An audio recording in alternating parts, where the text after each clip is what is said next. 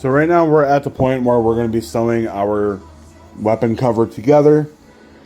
I'm going to be directing some of your attention to mostly this area here on the sewing machine. Singer sewing machines are pretty good about this. I'm not sure about a whole lot of other brands because I refuse to use anything other than Singer and Janome. But you might see here, I'm going to move the camera a little bit. You'll see markings on the presser foot and the faceplate here. And then you have the feed dogs in here. I like to use these different marks as guides and reference points. Right now we have the needle zeroed in, and what that means is that the sewing needle is right in the middle of the machine here. All of these measurements on the plate on the face of your sewing machine are different inch marks, fractions of an inch rather, from the center of the sewing machine. So where that needle is how far away those lines are. So if your sewing machine is going down right here and you have your edge of the fabric at the 1 inch mark, that means you have a 1 inch seam. Okay? That also means you have 2 inches of fabric, 1 inch on either side, like when I was explaining this here. This fabric, we have a 1/2 inch right here. We're going to be sewing a 1/2 inch through both sides of the fabric here. So we're losing 1 inch. When we put this into the sewing machine, from the inside of this line of the chalk, we are doing 1/2 inch, which is this mark right here. On the other side we have 3/8, and then here is 5/8. We are at the 4/8 inch mark. Now the cool thing about having your chalk marked out here, you do gotta remember that this chalk line, that chalk line is what was touching my yardstick. You didn't get to see that part, but I can do that another time here. But the inside edge here on the outside of the throat, this part of the sewing machine is your throat. This is the whole thing here is the neck. This is the outside of the neck, the outside of the throat or the mouth, however you want to associate that. But right here along this side of the chalk line, from this line all the way over, is a 1/2 inch. That's our seam, 1/2 inch seam allowance. Now we have our fabric meeting this 1/2 inch line here. Our sewing needle is going to be coming down this lane. My third point, this is kind of like how that, 3 points to find a plane. Our chalk line is just thick enough here to where it's touching the side of this foot. So, as long as our sewing needle keeps going down this lane, the other side of the chalk line is touching this foot, and our fabric is touching this 1/2 inch line, we will be having a perfect 1/2 inch seam allowance all the way through. That is the goal. I cannot emphasize this enough. So I'm going to adjust the camera.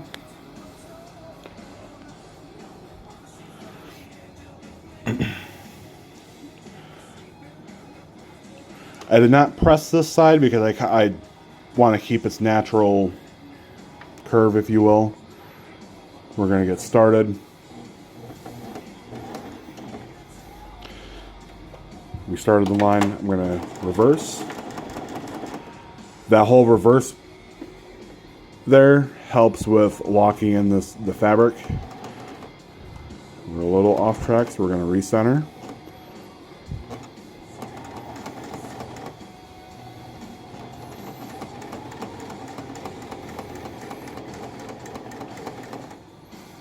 Camera is bouncing just a little bit.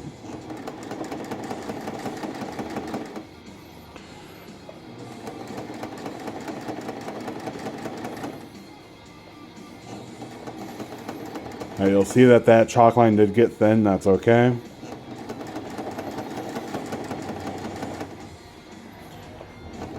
Polyester does a weird thing where it likes to be a little difficult.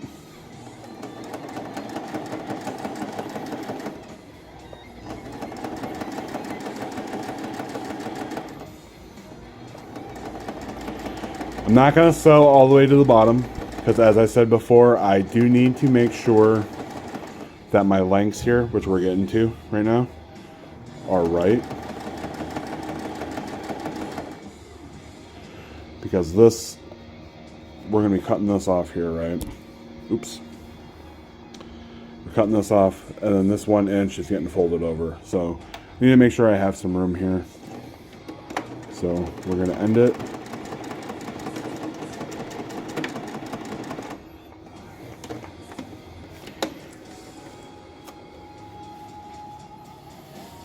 Do the top.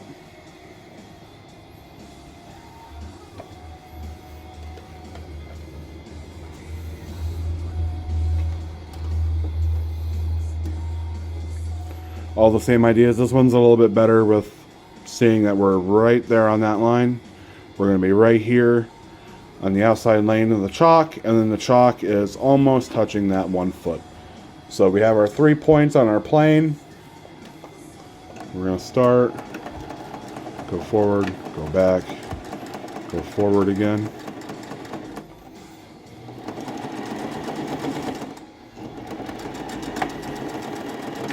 End it by going backwards and then forward. As I said before, this acts as tying a knot.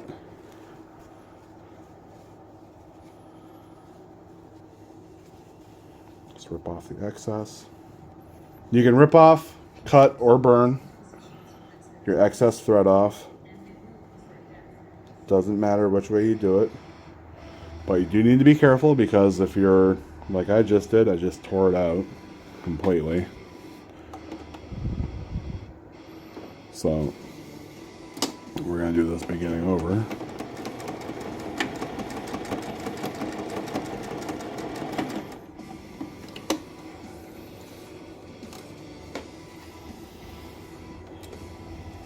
Okay. So see, it's nearly ½ inch all the way down. Now the next thing we're going to do is a temp fit. I'm going to go get the weapon right now.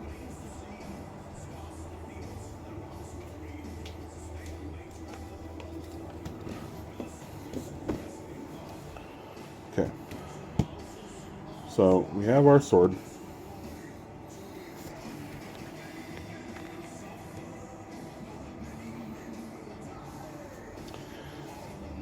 What we'll be doing now,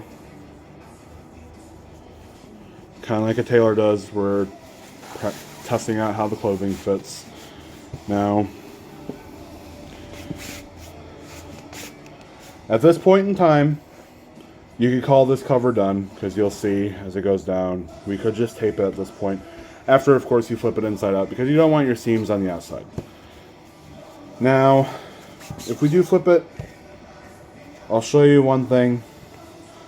At this point in time, you would have a legally covered sword. It would be totally fine. You could enter it into ANS. You would get a very basic score, in my opinion. This cover does not stand out as is. Because as we get this ready to go, just like a lot of beginners, you will see that the sword is very unfinished, right? It kind of looks like it's Batman. You have these dog ears, the rabbit ears, right? So at this point, I'm going to show you what's going to bring this cover to the next step without using embroidery or applique. So we're going to flip this wrong side out again.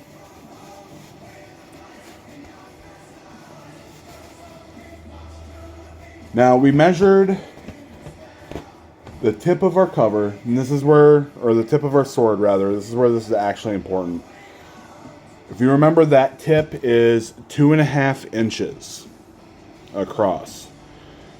But if you remember, when we did the circumference for this, and we tried to figure out how much fabric we needed, that's a 9-inch, or rather it was an 8-inch circumference, with 1/2 inch added to both sides, bringing it up to 9. So we were going to have an excess amount of fabric. When we divide that by 2, we have exactly, if you remember, 4.5. 4.5 is our 9 inches. But we need to make that fit a 2-inch top. So that means we need to take from an inch in on both sides, so 4.5 minus an inch. That brings us down to 2.5 inches. Okay. Why is this important?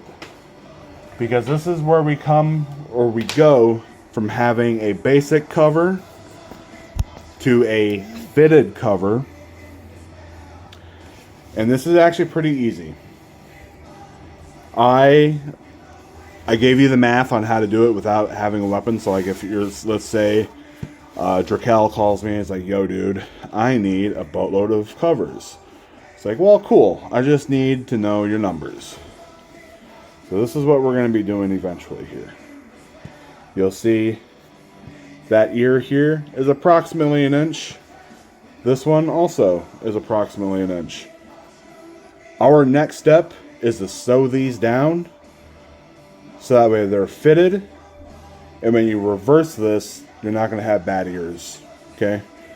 We don't want our swords looking like Batman. So what I like to do, this is actually pretty simple. If you have the weapon, I just pinch them. Take the cover off. And then we're going to stitch across. Now, is there an easier way? There is. If you have the inch markers on your sewing machine, you can see them here, like I do. Just line it up. We're putting the end to that 1 inch, putting everything down. Go forward, go backwards, go forward, go backwards, and forwards, I guess. Now we take the next one. It's still kind of in that position where it had an inch folded.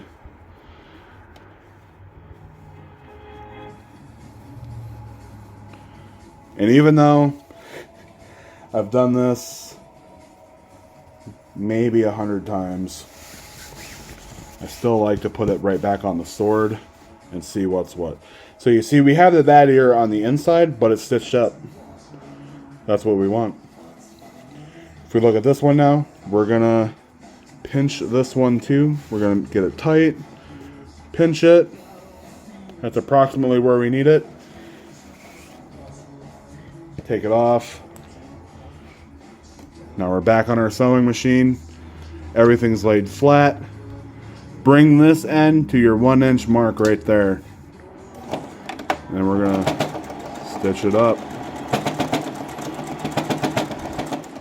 I'm not sure why it is, but every time I do the second one, it's always kind of a little weird. So I'm gonna see how this one goes.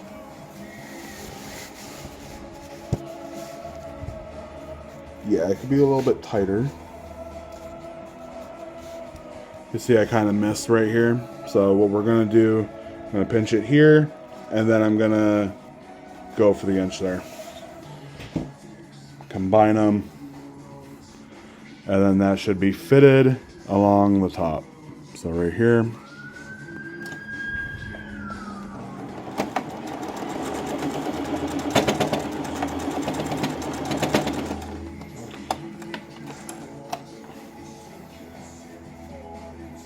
This is the longer part of doing all of this. I promise the rest of this is pretty quick and fast and easy by comparison. So now we have that.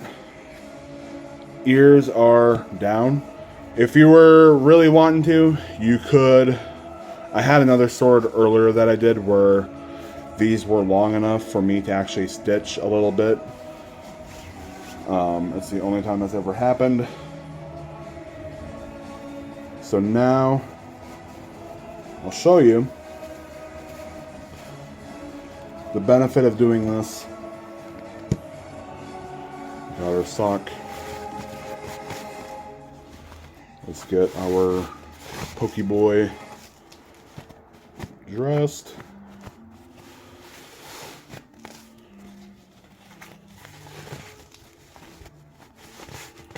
Had some people asking, like, why don't you just do a tube with like a circle top? Because basically it's the same way as putting a shield cover together, but it's way more finicky because it's teeny tiny. Alright, so now we have our fitted cover. This is the outside. Here's our top seam, and look at that. No more rabbit ears. The ears are docked. Next up is we are going to be finishing the bottom.